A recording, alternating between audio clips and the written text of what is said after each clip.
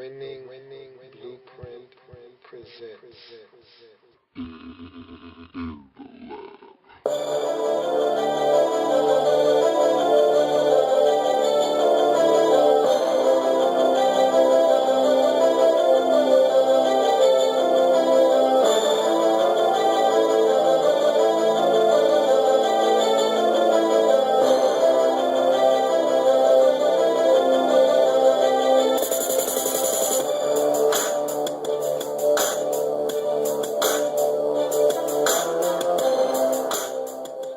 In the lab room, the market.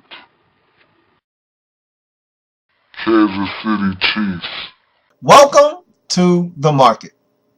You're in the lab room. I'm your host, Lou. Thank you for joining me. Welcome to the market. The NFL's one-stop shop for all positions related to the field. Also known as, and more commonly known as, NFL free agency. So, this is the market where teams go to get better. Where they sift through racks and racks of players, whether it be receiver, offensive line, defensive line, tight end, safety. They sift through these racks tirelessly, looking for the right players to come in and help their football teams.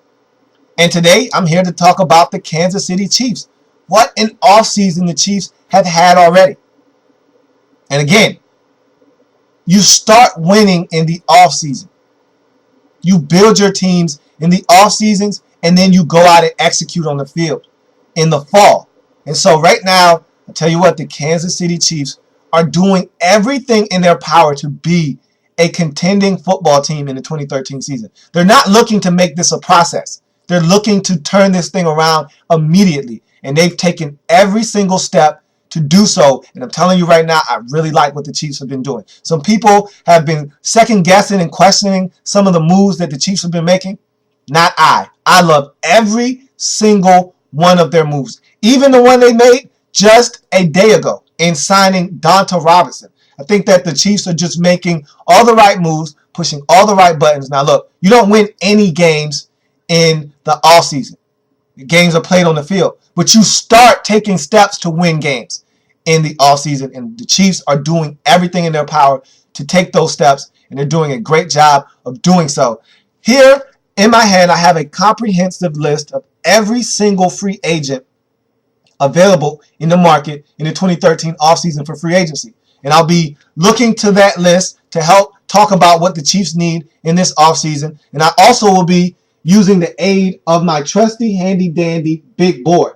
This board has every single team in the National Football League listed on it. And among the topics on this board are notable free agents.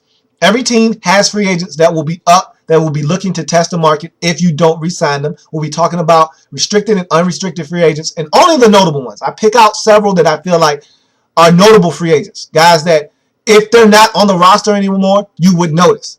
So I'll be talking about notable free agents. I'll be talking about positions of need for the Kansas City Chiefs. And then I'll be talking about players that can help fill those positions of need for the Kansas City Chiefs. So let's talk about the Kansas City Chiefs, their offseason, how their free agency might shape up, and what they need to do to become a better team in 2013. So first we'll talk about their notable free agents, and we'll list them one by one, talk about them individually, what the Chiefs were able to either do. Should they stay? Should they go? I'll give you my opinion as to what the Chiefs should do, and I'll tell you what I think the Chiefs are going to do ultimately. So let's start with Brendan Albert, Dwayne Bowe, Dustin Colquitt, Glenn Dorsey, Peyton Hillis, Ryan Lilja, Rapati Patuatua, Brady Quinn, and Brandon Seiler. These are your notable free agents. So let's start with Brendan Albert. You got Brendan Albert back. You slapped the franchise tag on him. There's been a question over the last week or so as to whether he's a left tackle or not. He's not a left tackle. Let's face it. Against elite talent, he didn't stand up too well against it. If you watch the film against teams like Atlanta, against teams like Cincinnati, he's not elite. Guys like John Abraham and Michael Johnson gave him fits. And so I really don't see the Chiefs keeping him at left tackle. I see the Chiefs drafting a left tackle in the draft. I think their number one overall selection will probably be Luke Joeckel. It's pointing to Luke Joeckel right now, and so that means it's going to be a position change for Brendan Albert. And right now, he's not happy about it. He doesn't want to hear about it. They asked him about a position change. He said no. And I think he really wants to stay at left tackle, but I don't think he's going to be at left tackle. And he doesn't want to move because it's going to really significantly bring down his value on the market. Right tackles don't command as much money on the market as left tackles do. And again, it's also an ego thing. His ego is huge, and he wants to be a left tackle. It's a big deal when you're a left tackle. When you're a right tackle, it's just as important, but doesn't command as much respect when you're a right tackle as it does a left tackle. And he thinks he can get it done, and so it's a pretty tough pill to swallow when someone tells you, hey, you're not good enough to get it done. This guy's better than you, so we're moving you to right tackle. And I don't know if that's a good idea or not. In the division that he plays in, the right tackle position sees probably the most elite pass rushers in that division. And so I don't know if moving him to right tackle is the answer either. He might actually have to move inside to guard. So I don't know. But either way, Brendan Albert is back. You franchise tagged him, and he'll be back in the 2013 season. Dwayne Bowe, you signed him to a 5-year lucrative deal. He's been waiting for a long-term deal for a while now. You've been franchise tagging him. So he's back in the fold. He needed to be back. You've got your number one receiver now. Time to compliment him. Dustin Colquitt, your punter. Have him back. Simple as that. Glenn Dorsey. Here's a guy that has underachieved since you drafted him with your first-round pick about 4 or 5 seasons ago. And I don't know if it's all his fault. He was drafted to be a 4-3 defensive tackle. You switched to a 3-4. I don't know if he was prepared for that or not. He's been solid. He hasn't been what you thought he was going to be. Maybe it's time for you to part ways with him. It depends on what the money looks like. If the money isn't funny, bring him back. If the dollars makes sense, I think Glenn Dorsey is the guy you can bring back. If they don't, then you won't. Simple as that. Peyton Hillis.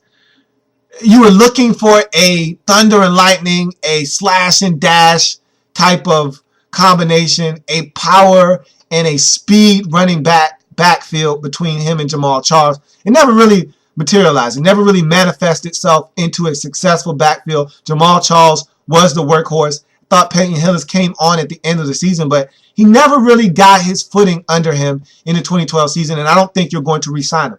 I think you're going to go in a different direction. You have guys that you drafted over the last couple of seasons like Cyrus Gray that I think you're going to give more carries to. I don't think that Peyton Hillis is a guy you need to really pay to come back. If he's willing to take significantly less money, maybe you bring him back, but I just see you letting him test the free agent market, and I don't see him coming back. Ryan Lilja, he's been solid for you at the center position since coming over from Indianapolis. I don't see why you need to make a change here. Simple as that.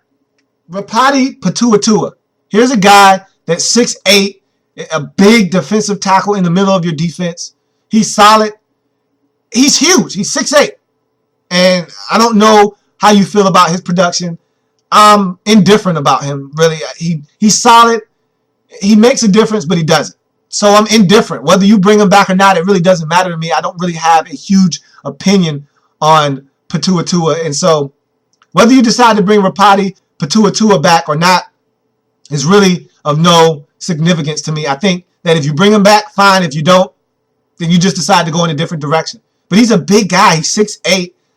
I feel like it's hard for him to get his pad level as low as you would like at that defensive tackle position, at defensive end. And so he could be more effective, but he's just so big. It's so hard to get your pad level down. Brady Quinn. Look, maybe, just maybe, if you get a better offensive line in front of him, he'll be better. I just think Brady Quinn stinks. And so I don't know if you can do better at the backup quarterback position or not. Maybe you can.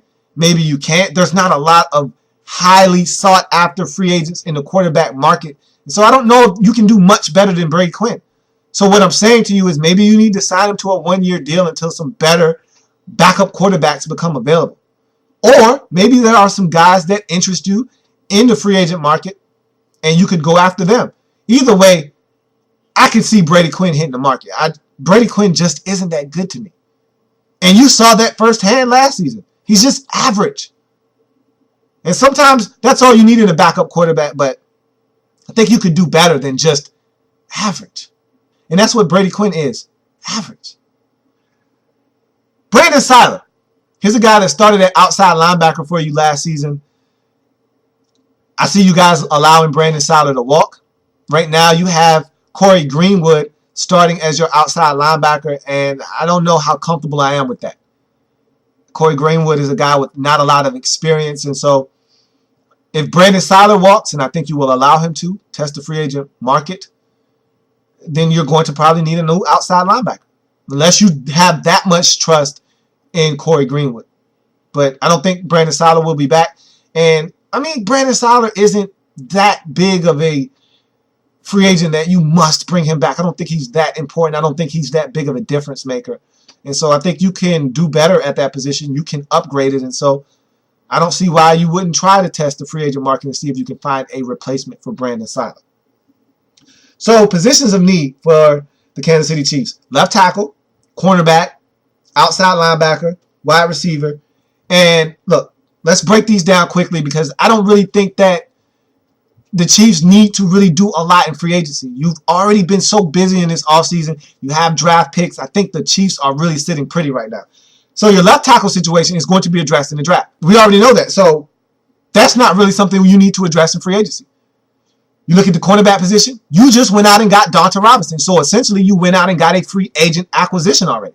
You just started earlier because he wasn't assigned to a team, and so you were able to go out and sign him early before the free agency period begins, and so you already got a step on the rest of the competition. So I don't really know if you need to address the cornerback position with any more corners. Outside linebacker, we just talked about Brandon Siler. You're looking to replace him. Corey Greenwood is your starting outside linebacker right now, but if you wanted to go in some different directions, there's guys available in the free agent market like Daryl Smith, like Wheeler from Oakland. There's guys like Thomas Howard out there in Cincinnati. They're guys that you could bring in to help your football team. But if you want to just stand pat with Corey Greenwood, by all means, be my guest. I don't know if Corey Greenwood can get it done or not, but if you feel confident enough in him, give him a shot. Then you look at the wide receiver position, and look, you got Bo back. You still got John Baldwin. I don't know if you really need to address the wide receiver position or not. Steve Breston is gone, and so maybe you need a new slot guy. I like Devon Wiley, though. Give him a shot. I think he's a guy that's made for the slot, and he's extremely fast and quick out of Fresno State. I think he's ready for a shot. But if you're looking for someone else to come in, you could go out and test the free agent market, go get a guy like Steve Smith that can help you. He won't cost you a lot, and he's a solid guy in the slot, much like Steve Breston, or at least what you thought you were getting out of Steve Breston. He was very inconsistent in the 2012 season with Steve Breston. I think that's why he's no longer with you, and the fact that he was injured. And so Steve Smith is a guy that can come in and be solid in your slot. But I think you need to give Devon Wiley a shot. I think he's a guy that can get it done. And so I don't know if that's really a pressing need for you. What I'm trying to say is the Kansas City Chiefs are sitting pretty right now. Work your way through the draft. Don't really focus so much on free agency. You've done your work already. You've done so much work and planted so many seeds in this offseason already that you really don't need to do a lot in free agency. You don't need to be overly aggressive because you've done so much work already. And so I think the Chiefs just need to test the waters. Do your due diligence. Walk around the market. Do some window shopping. Don't be afraid to stroll around the market, sift through some racks, see if there's anything that you deem a bargain, anything that can help you. And if you find some things that you feel like, hey, this is a deal I can't pass up and this is a guy that we could use, toss it in the cart, march your way up to the checkout counter, and get some free agents in free agency. But if not, just look around, window shop, and walk out of the store. You've put yourself in a position where you don't have to do too much in free agency. And that's going to do it for the Kansas City Chiefs in the market. Kansas City Chiefs, the market in the lab.